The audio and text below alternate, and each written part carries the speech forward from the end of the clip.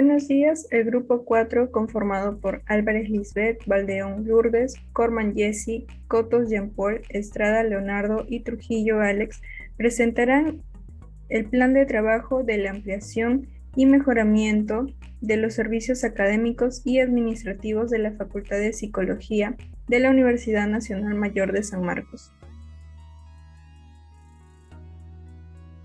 Mi nombre es Jessy Yanela Corman Álvarez y comenzaré hablando sobre los objetivos del plan de trabajo.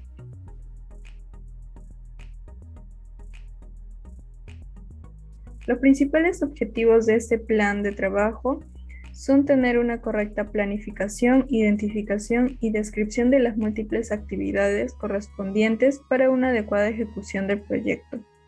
Como otros objetivos se tiene la elaboración de una declaración transparente y concisa del alcance del proyecto, el detalle de las estrategias a tomar para la ejecución adecuada, elaborar una ruta crítica y desarrollar un análisis de la curva S.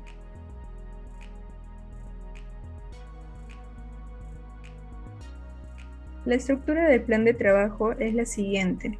Se tiene la gestión del alcance, en donde se define el alcance, la creación de la estructura del desglose del trabajo, que es el WBS, la verificación y control del alcance. Todo esto para garantizar el éxito del cumplimiento del trabajo. Gestión de los recursos humanos. Se tiene la planificación, adquisición, desarrollo y gestión del equipo del proyecto. En gestión del tiempo se centran los procesos que se utilizan para garantizar la conclusión a tiempo del proyecto a cabo. Gestión de costos. Se estiman los costos, se determina el presupuesto y el control de los costos. Gestión de las comunicaciones. Se identifica a los interesados, se planifica las comunicaciones y se distribuye la información. En gestión de los riesgos se identifica, se analiza y se controla los riesgos del proyecto. Y por último, la gestión de las adquisiciones. Acá se describe los procesos de las compras o adquisiciones de productos, servicios o resultados para el proyecto.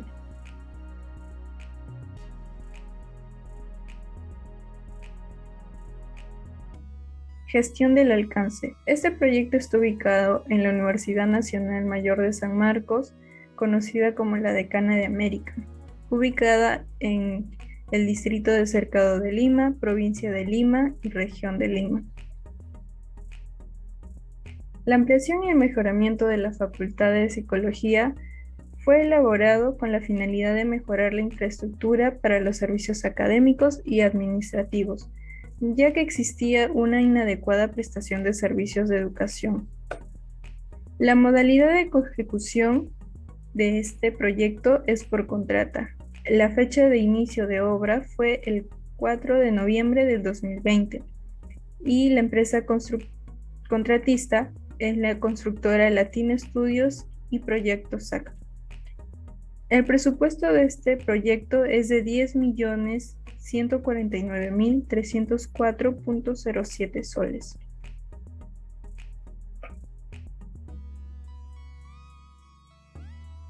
El trabajo incluye los trabajos preliminares, movimiento de tierras, trabajos correspondientes a zapatas y cimientos corridos armados, la construcción de elementos estructurales, la arquitectura, instalaciones eléctricas e instalaciones sanitarias.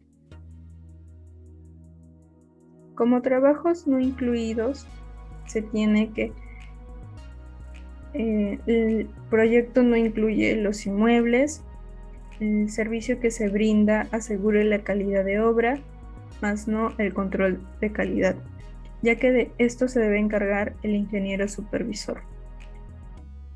En restricciones tenemos que el proyecto no debe sobrepasar el presupuesto establecido, además de que no se ejecutarán obras adicionales que no sean aprobados previamente por la entidad. En suposiciones, se tiene el daño a las edificaciones aledañas al momento de realizar una obra de construcción.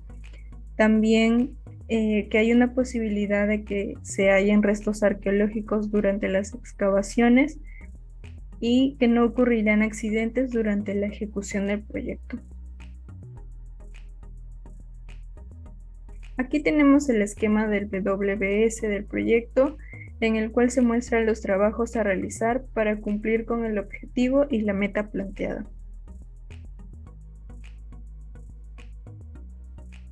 Gestión de los recursos humanos del proyecto. En el organigrama podemos ver algunos puestos principales necesarios. También en la organización se tiene al gerente de proyecto, que tiene responsabilidades como la ejecución de la planificación, organización, coordinación, dirección y control del proyecto. El ingeniero residente será un ingeniero civil y debe garantizar la adecuada ejecución de la obra en concordancia con los planos del proyecto y con las normas técnicas vigentes. El ingeniero superintendente de campo debe ser un ingeniero con experiencia en la especialidad de movimientos, estructuras, arquitectura y obras de saneamiento. El jefe de oficina técnica puede ser un ingeniero civil o un técnico en construcción civil con experiencia. Su principal función será gestionar la disponibilidad de información, como los expedientes técnicos, las especificaciones técnicas o las modificaciones en el proyecto. Por último, se tiene al jefe de control de calidad, que puede ser un ingeniero encargado de planificar e implementar el sistema de calidad de obra. También debe evaluar el desarrollo de las actividades de obra y controlar la calidad de los materiales. Asimismo, el régimen laboral del proyecto será de 48 horas semanales. Esto quiere decir que 8.5 horas diarias de lunes a viernes y 5.5 horas laborales los días sábados.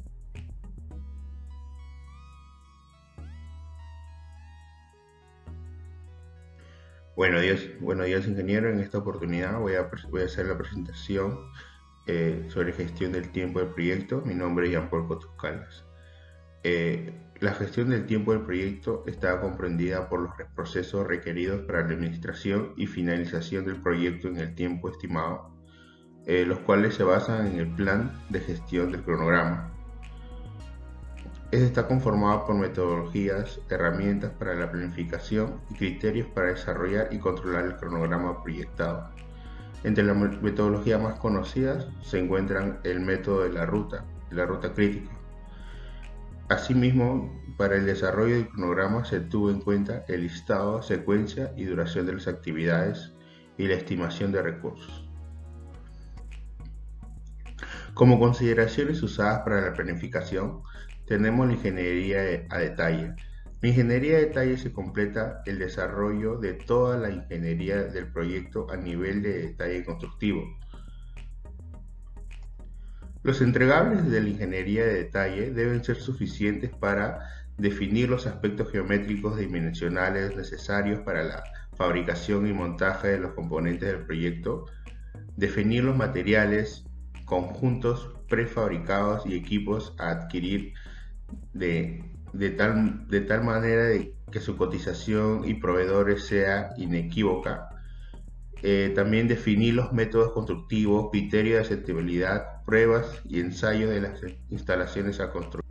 Bueno, en el caso de la construcción, las especificaciones técnicas se plantean exclusivamente para el cumplimiento del proceso constructivo del proyecto, con el objetivo de ser más eficiente en aspectos técnicos, en las áreas del cumplimiento particular del especificado en los planos de estructura. Cabe mencionar que las especificaciones técnicas del presente expediente técnico contienen los procedimientos para ser aplicados durante el proceso de ejecución de este proyecto.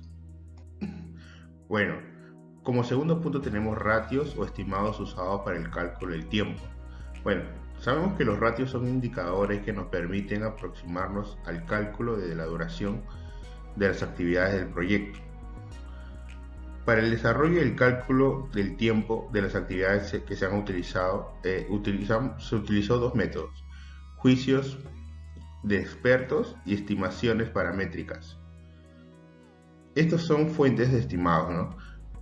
Como primer punto, los juicios de expertos. En este caso, contar con la información de un profesional con experiencia es importante, ya que está totalmente capacitado para distinguir las actividades claves, así como su estimación en tiempo.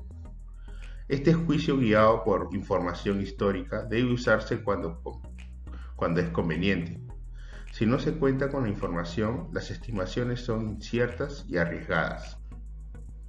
Como segundo punto tenemos la estimación paramétrica. En esta estimación se multiplica cuantitativamente la cantidad del trabajo a realizar por el ratio de productividad. Este ratio de productividad es recolectado a lo largo del tiempo por las organizaciones con alto grado de madurez en el Project Management, ya que se basan en resultados de proyectos reales. Bueno, ahora hablaremos de la estimación de la secuencia lógica. Estas son actividades de la estructura del programa que se han secuenciado con el fin de crear un programa alcanzable, entendible y realista. Las características del proyecto definen la secuencia lógica. Estas son las relaciones entre actividades que se caracterizan por los tipos de dependencia. Una de ellas es la dependencia obligatoria, que hace referencia a la secuencia natural del trabajo, cuando una actividad no puede iniciar si su predecesora no ha terminado aún. Por ejemplo, es necesario terminar con la construcción de los cimientos para iniciar con la construcción de las columnas.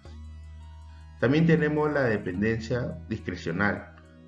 Son definidas por el equipo de la obra teniendo en cuenta la experiencia obtenida en obras similares, donde el desarrollo de buenas prácticas produjo resultados óptimos en el proyecto. Un claro ejemplo de ello se puede observar en la partida que elaboran las vigas, por su dependencia relativa de terrajeo de los muros exteriores y interiores. He ahí, en la parte izquierda tenemos el diagrama de red como un ejemplo de dependencia obligatoria. En la parte derecha tenemos una fotografía tomada en obra como ejemplo de dependencia discrecional. Ahora, en el caso de consideraciones de productividad usados para el cálculo de tiempo, los rendimientos promedios en la actividad de construcción han sido calculados en base a jornales de 8 horas diarias por 6 días de trabajo, mejor dicho, de lunes a sábado. Asimismo, para la determinación de la duración del tiempo, se ha tomado en cuenta 3 factores importantes en la productividad. El primero es la mano de obra, ya que el personal técnico del proyecto será proporcionado por la empresa contratista, el cual será capacitado previamente. Los peones o los ayudantes de construcción serán las personas locales radicantes acá en Lima, específicamente en el distrito de Cercado de Lima que está situado el presente proyecto, por lo cual se tomará en cuenta su rendimiento. Los 3 factores importantes en la productividad considerados en este proyecto son los recursos, la mano de obra y el medio ambiente. Gracias. Buenas tardes, ingeniero. Mi nombre es Lisbeth Karina Álvarez Mamani y a continuación le voy a hablar de temas relacionados con el cronograma de obra y la curva S. Principales variaciones que pueden existir. En primer lugar, tenemos aumentar o disminuir el alcance del proyecto, huelgas realizadas por parte del personal ejecutor, mayormente estas se dan por la falta de pago, problemas de terminación o acabado. Algunos de los fallos más comunes en el acabado de construcción son sellos defectuosos de puertas y ventanas, infiltración de humedad y moho, fallas en el techo, etc. También tenemos las sobrefacturaciones, la cual se da mayormente en constructoras de poca experiencia o estabilidad financiera. Además de eso, tenemos la paralización de obras debido a la falta de permisos por parte de la municipalidad. También hay gastos inesperados, cálculos estructurales no acordes a las condiciones climáticas. Sabemos que cualquiera de estos errores presenta un panorama nada alentador para el inversor o propietario de la construcción, y aunque muchos de ellos pueden solucionarse, algunos implican gastos excesivamente altos y fallas recurrentes en la obra ya terminada.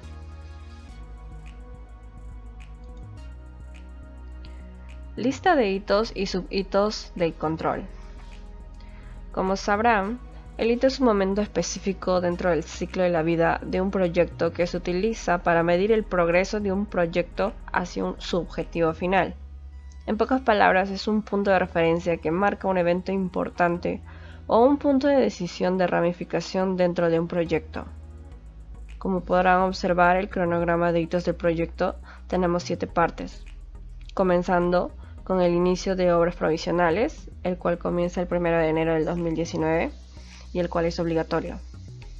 Seguimos con el movimiento de tierras, el 3 de febrero. Por siguiente tenemos el inicio de estructuras y el inicio de arquitectura. La diferencia aquí es que este último es opcional, al igual que las instalaciones sanitarias e instalaciones eléctricas. El fin de la obra se da el 6 de agosto del 2019 y es obligatorio. Ruta crítica del cronograma. El método de la ruta crítica CPM es un algoritmo matemático que sirve para programar una serie de actividades de un proyecto. Fundamentalmente, para usar el método de la ruta crítica, es necesario desarrollar un modelo del proyecto que incluya lo siguiente: una lista de todas las actividades necesarias para finalizar el proyecto, como se puede observar en las imágenes, las dependencias entre dichas actividades y una aproximación del tiempo o duración de cada actividad. Con estos valores, normalmente la ruta crítica calcula la ruta más larga para llevar a cabo las actividades planificadas hasta el final del proyecto y los puntos más tempranos y más tardíos en los que cada actividad puede empezar y finalizar sin que por ello se retrase el proyecto. Este proceso determina qué actividades son críticas, es decir, que pueden alargar la ruta del proyecto, y cuáles tienen flexibilidad total.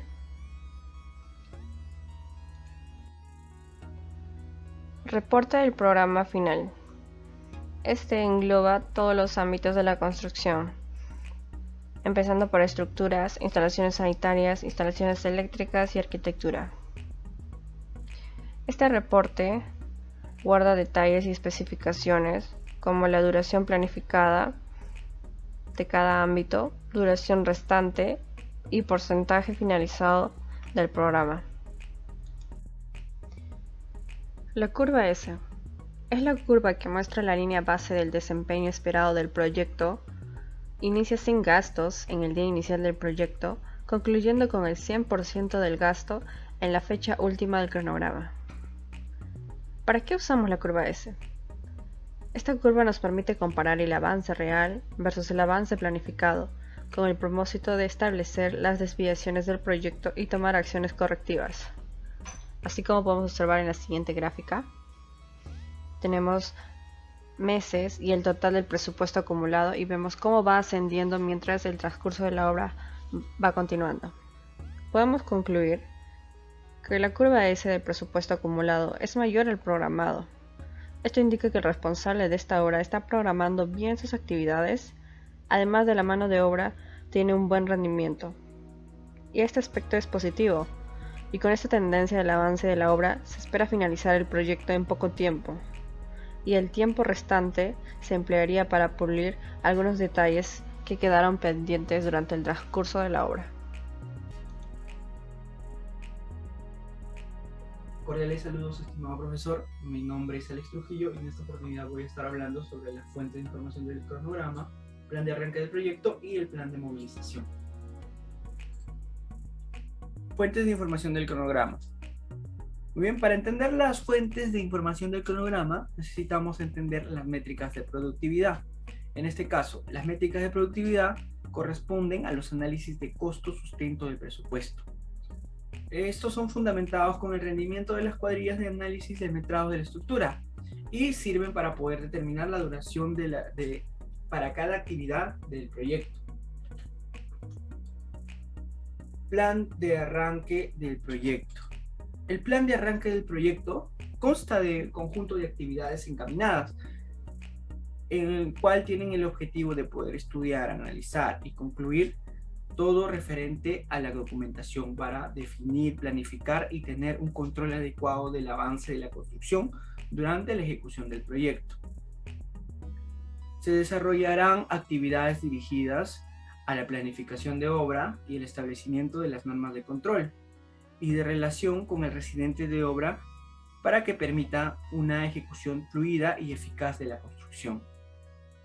Una buena planificación del proyecto asegurará el éxito del mismo. Por otro lado, también analizar y completar toda la documentación que define la obra y alcanzar el pleno conocimiento de ello, como los permisos, certificados, licencias y planos. Para el plan de arranque del proyecto también es importante mencionar que se ejecutarían los trabajos de corte y relleno en forma simultánea para poder optimizar recursos y compensar los cortes con rellenos para alcanzar los niveles de cimentación indicados en los planos. Permanentemente también se llevaría a cabo las actividades para mitigar el impacto ambiental, los cuales consisten en el control de polvo, de ruidos, de humo de los equipos, mantenimiento de los accesos y el manejo de botadero. También es importante indicar que al inicio de la obra se deberá colocar señalizaciones para las zonas de evacuación, zonas de peligro, rutas de trabajo y áreas de seguridad. Debemos ver también la disponibilidad de servicios básicos como la luz, agua y accesos al proyecto. Plan de movilización. Reclutamiento de personal. Para hablar sobre el reclutamiento del personal del proyecto, se necesitará contar primero con todo el equipo de la obra proveniente de distritos cercanos al lugar de la obra, o también, ¿no?, en su defecto, poder contar con un campamento donde los trabajadores convivan y se encuentren cerca del proyecto. Y esto sería con la finalidad de minimizar gastos en el costo indirecto, como los pasajes, por ejemplo, o también evitar tardanzas que suelen ocurrir debido al tráfico o otros factores. Y también nos ayudaría para facilitar y mejorar la comunicación entre el equipo encargado.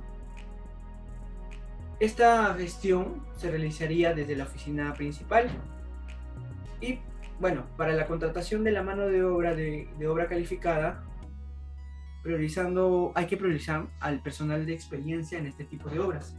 Asimismo, también se optaría por contratar desde la oficina de obra también todo el personal no calificado procedente de las localidades anexas al lugar de trabajo. Preparación del equipo. Bueno, el equipo de trabajo humano para el arranque del proyecto deberá contar con breves reuniones diarias, ¿no? Pueden ser de 10 a 15 minutos al inicio o antes de la jornada laboral. En estas breves reuniones, los trabajadores serían inducidos o capacitados sobre las medidas de seguridad y el uso también de los equipos de protección personal que se tendrían que utilizar en las horas laborales dentro de la obra. Bien, esto se haría para asegurar la integridad física del trabajador. También se tomaría en cuenta hablar sobre temas relacionados con problemas o complicaciones que suelen presentarse en la ejecución de las actividades del día anterior para brindar soluciones oportunas. También hacer conocer las actividades que se realizarían aquel día y asignar la tarea que se realizaría el día al encargado de la cuadrilla. También hay que resaltar, ¿no?, en la de reunión el alcance de obra y también dar la motivación diaria que los trabajadores necesitan para mantener o mejorar su rendimiento. Topografía, trazo y replanteo preliminar y acompañamiento de ejecución. Bueno, en esta última etapa del plan se realizaría el levantamiento topográfico del terreno, donde se ejecutará el proyecto. Para esto se necesita la autorización del ingeniero residente y de la línea base topográfica validada. Y esta actividad serviría para una mejor estimación de cantidades en el movimiento de tierra. Y esto se relacionaría con los gastos del proyecto. Al inicio se identificaría todos los puntos de referencia y la línea de base existente. Se procedería con el levantamiento horizontal y vertical. Asimismo, se delimitaría el área del terreno, ¿no? El área del terreno de trabajo. Y finalmente se realizaría el replanteo con un control estricto por un técnico especialista para, de esta forma, asegurar la calidad del trabajo. Claro, debemos mencionar también que es importante asegurarse que el seguimiento del cronograma sea estricto para evitar futuros inconvenientes si estos puedan afectar al desempeño de la obra. Gracias.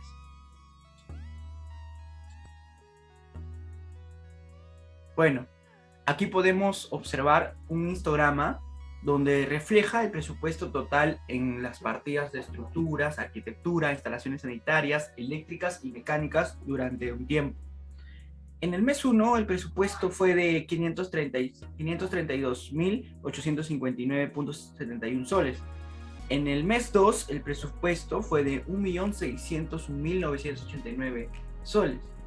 En el mes 3 el presupuesto fue de 828.290 soles. En el mes 4 el presupuesto fue de 1.427.516 soles. En el mes 5 llegó a alcanzar la suma de 647.924 soles. En el mes 6 llegó a ascender a 2.723.454. En el mes 7 el presupuesto llegó a ser de 1.808.224. Y en el último mes, en el mes 8, el presupuesto llegó a ser de 543.846 soles. En total, todo esto asciende a la suma de 10.149.304 soles. Gracias.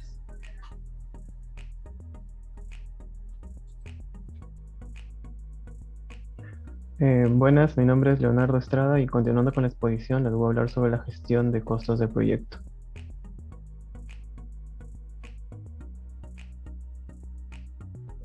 Con respecto a la gestión de costos de proyecto, tenemos el presupuesto base.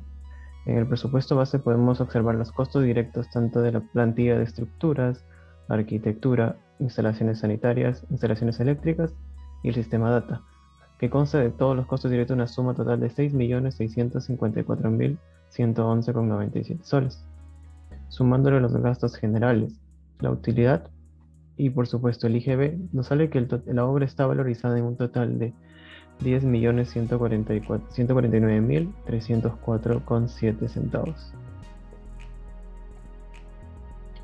Gestión de la comunicación del proyecto. En la gestión de comunicación del proyecto identificaremos los que son los stakeholders. Tenemos a los stakeholders en el área de logística, que su expectativa es que se cumplan las políticas y procedimientos de los proveedores para contrataciones y compras. Su grado de influencia es bajo nivel de influencia, pero tiene un alto nivel de interés. El contratista. Su expectativa es que genere un negocio rentable y una buena relación con el cliente, que le permita obtener más contrato. Su grado de influencia es bajo y tiene un bajo nivel de interés. Jefe de proyecto. Cumplir con el proceso según el presupuesto obra ya establecido. Tiene un alto nivel de influencia y un alto nivel de interés. El consultor. Su expectativa es cumplir con la elaboración de estudios y proyectos en la supervisión y gerencia de obra. Tiene un bajo nivel de influencia y un alto nivel de interés. Tenemos el departamento de seguridad, que se encarga de cumplir el plan de seguridad y salud del trabajo siguiendo la norma G050 y tiene un grado de influencia moderado, pero tiene un alto nivel de interés. Y el personal administrativo, que se encarga de cumplir el proceso según la seguridad, costo de calidad y alcance ya establecido. Tiene un bajo nivel de influencia, pero un alto nivel de interés. Plan de comunicaciones. Para el plan de comunicaciones tenemos reporte durante la etapa de ingeniería. Para ello tenemos el reporte diario y el reporte mensual. El reporte diario Este reporte servirá para conocer los requerimientos diarios del área de logística y la comunicación diaria de consultas y actividades al supervisor de obra. El ingeniero residente realizará un reporte diario de la jornada del día anterior. Los reportes se enviarán vía correo electrónico a sus respectivas áreas para la aprobación y respuesta de consultas con respecto a los requerimientos de obra y las actividades a realizar. Reporte mensual. Permite seguir con el proceso de las actividades. Además, demostrar los requerimientos de recursos y lo más importante, que sean usados de manera más eficiente. Es por eso que le debemos poner interés en particular a este nivel de reporte, en donde todas las condiciones afectan el avance de obras según el programa. Este debe incluir el trabajo ejecutado por áreas, la valorización mensual, el panel fotográfico de obra y la evaluación del avance ejecutado versus el avance planificado. Se debe entregar tanto a la oficina general como al supervisor de obra para la aprobación. Este trabajo es realizado por el ingeniero residente. En distribución de información tenemos los que son las reuniones. Tenemos reunión semanal de planificación. Esta reunión se lleva a cabo todos los lunes, dirigida por el ingeniero residente. En ella participan todos los obreros y el staff de obra para la coordinación de actividades, reprogramación, noticias, etc. Cabe señalar que esta reunión es muy aparte de las reuniones diarias de inicio de jornada. Reunión mensual. Esta reunión se da entre los miembros del staff de obra y el supervisor de obra, con el cual se entrega el reporte mensual, el cual contiene las actividades principales en el periodo, la valorización mensual, curvas de programa general y por disciplinas, cronograma actualizado, estadísticas de documentación emitidas por revisiones planeadas, etc. Esta reunión tiene como fin la aprobación de la valorización mensual y dar alcances al supervisor de obra. Reunión de obra con el cliente. Esta reunión será llevada a cabo los viernes. Participa el equipo de control de obra y el cliente. En ella se elabora temas como el estado de obra, los problemas que suscitaron durante la semana, medidas de mitigación, seguimiento ante estos. En esta reunión, el cliente comentará si se requieren cambios que él desea. Toda información se registrará en un acta de reunión. Gestión de riesgos del proyecto. La finalidad de la gestión de riesgos del proyecto es aumentar la probabilidad y el impacto de las contingencias positivas y disminuir la probabilidad y el impacto de las negativas sobre el cumplimiento de alguno de los objetivos del proyecto. Los procesos relacionados con la gestión de riesgos se aplican durante todo el ciclo de vida de la obra. Por ello, cuando los riesgos han sido identificados y analizados, es posible planificar estrategias y acciones de respuesta contra estos riesgos, así como el seguimiento y control de los mismos. Planificación de control de riesgos. Son las acciones y medidas a tomar cuando surgen situaciones que pueden ser dañinos para la obra, como eventos que detengan el performance, conflicto de interés, problemas políticos o legales, situaciones ambientales y clima, situaciones extraordinarias, etc. Los tipos de riesgos.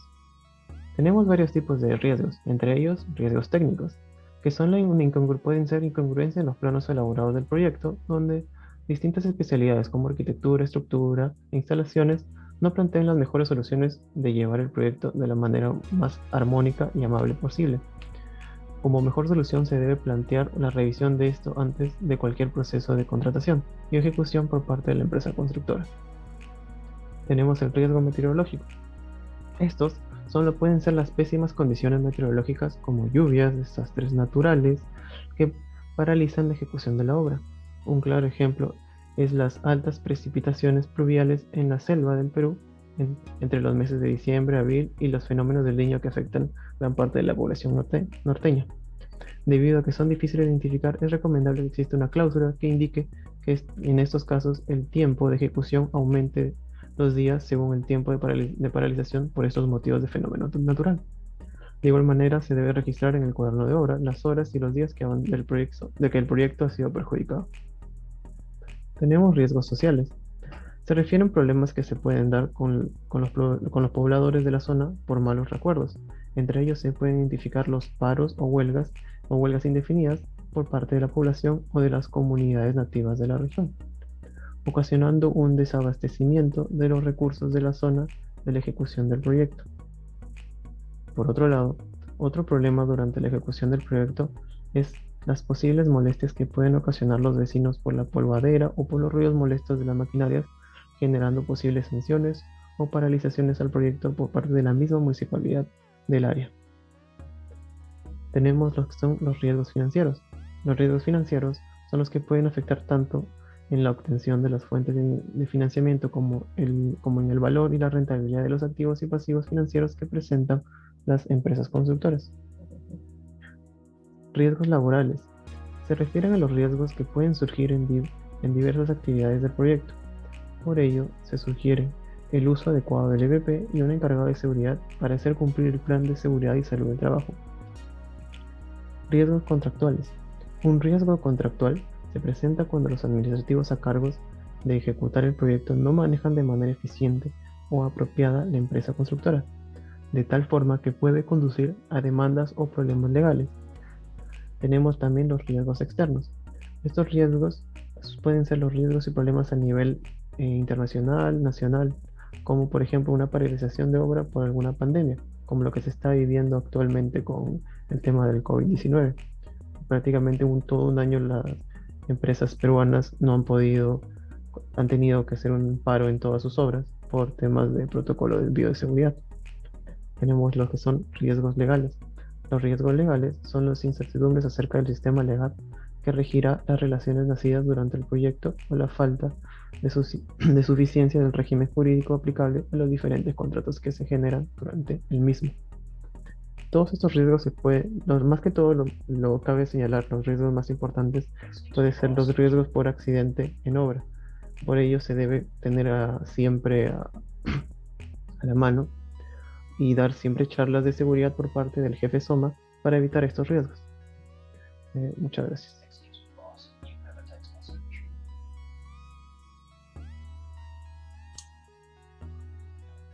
Buenas tardes, ingeniero. Mi nombre es Lourdes Baldión y hoy hablaré acerca del ítem de gestión de adquisiciones.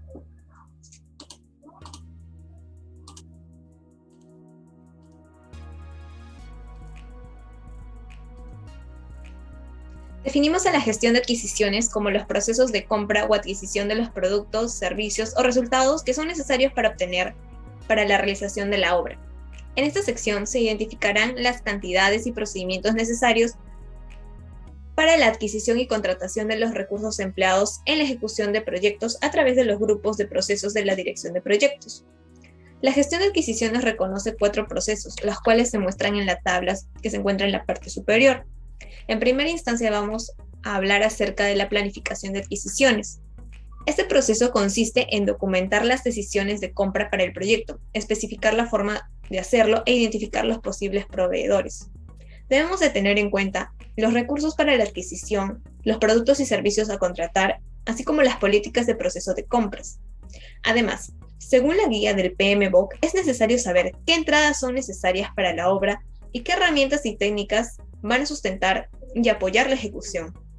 Además, se debe de gestionar las adquisiciones, documentos, enunciados, solicitudes de compra y actualizaciones de pago como instrumento de salida, como se puede mostrar en la tabla mostrada en la parte inferior. Con respecto al plan de contratos, es necesario presentar un modelo por parte del área técnica administrativa para los planes de gestión de adquisiciones a través de un contrato modelo que les permita dar seguridad a la obra. Como podemos observar a la mano izquierda, el plan de contratos que se utilizó para esta obra.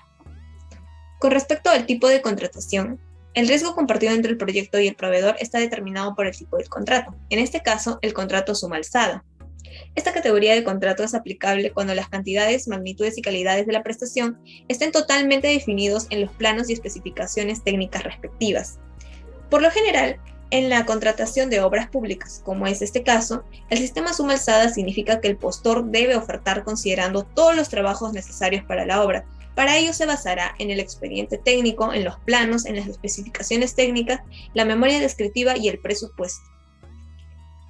Con respecto al enunciado del trabajo relativo a la adquisición, este artículo plantea adquirir los suficientes detalles como para permitir que los posibles vendedores determinen si están o no en las condiciones de proporcionar los productos o servicios requeridos.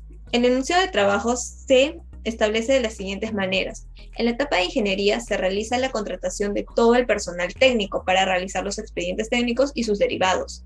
En la etapa de construcción se establecerán las métricas correspondientes a la construcción, se indicarán los plazos e hitos para los trabajos, así como los estándares y normas a cumplir durante la ejecución. Con respecto a los documentos de la adquisición, se utilizan para solicitar las propuestas de posibles vendedores, teniendo en cuenta la capacidad técnica o el enfoque técnico. Por un lado tenemos la solicitud de información, o los más conocidos RFI. Es un proceso que tiene como objetivo recoger información por escrito acerca de las capacidades de varios proveedores. Como podemos observar a la mano derecha, el formato de la solicitud de información RFI. Por otro lado tenemos la solicitud de propuesta, o los RFP, que es una petición realizada a las compañías interesadas en el aprovisionamiento de la mercancía o servicio. Como podemos observar el formato a la mano izquierda. Como siguiente paso del grupo de proceso de la dirección de proyectos, tenemos a la ejecución de las adquisiciones. Para ello tenemos que tomar en cuenta las entradas del proceso, las cuales se muestran en la PPT. También las herramientas o técnicas, en este caso el juicio de expertos. Continuando, tenemos los criterios de evaluación de los ofertantes. Ya teniendo en cuenta definidos los proyectos y servicios que vamos a adquirir, se debe establecer la cantidad, característica y calidad que deben cumplir, con el fin de que la elección se haga basada en estos aspectos, para comparar productos de igual o similares cualidades. En este caso se tomó en cuenta el prestigio y la propuesta económica en diferentes ponderaciones. Para el prestigio se les considera un 40% y para la propuesta económica un 60%. Como podemos observar en las imágenes que se presentan, los formatos para las mismas. Continuando, tenemos la administración de las adquisiciones. Para ello consideramos las siguientes entradas que se muestran: las herramientas técnicas como el sistema de control de cambios de contrato, las revisiones de desempeño de adquisiciones, el sistema de pagos, el control de solicitudes de compra, y por el lado de las salidas, la información del desempeño, el cual servirá de respaldo para las posteriores reclamaciones o nuevas adquisiciones. El procedimiento para los pedidos, el cual se debe elaborar por medio de una orden de compra, en el cual se describa claramente la fecha, nombre completo del proveedor, persona de contactos y el número de teléfono. Finalmente se archivará el original de la orden de compra. El procedimiento para los pedidos. Si el convenio con el proveedor es por pago al contado, debe pasarse la orden de compra al director del proyecto, con no menos de 2 días de anticipación. Dicha orden de compra debe estar respaldada con la documentación correspondiente. Si sea el caso de los proveedores por crédito, la factura debe de ser recibida por el personal de la proveedura y debe venir con el sello del recibo de bodega. Debe adjuntarse la copia de la orden de compra con la factura original recibida, para que esto pase a ser archivado como cuentas por pagar. Finalmente tenemos al cierre de las adquisiciones. En este caso, se realizará la verificación del producto o servicio. Se revisa con el subcontratista y el maestro de obra si todo el trabajo fue terminado de manera correcta y satisfactoria, y además iniciará el cierre administrativo del mismo verificando los saldos por pagar. En este caso tenemos 2 tipos: por resolución de contrato y por fin de servicio. Por el lado de resolución de contrato tenemos que esto se hará de acuerdo a lo establecido en el contrato. Y por otro lado, por el fin de servicio, para cerrar la adquisición se verificarán que los entregables estén de acuerdo a los criterios de aceptación. Para ello se convocará a un comprador para finiquitar todo. Gracias, ingeniero.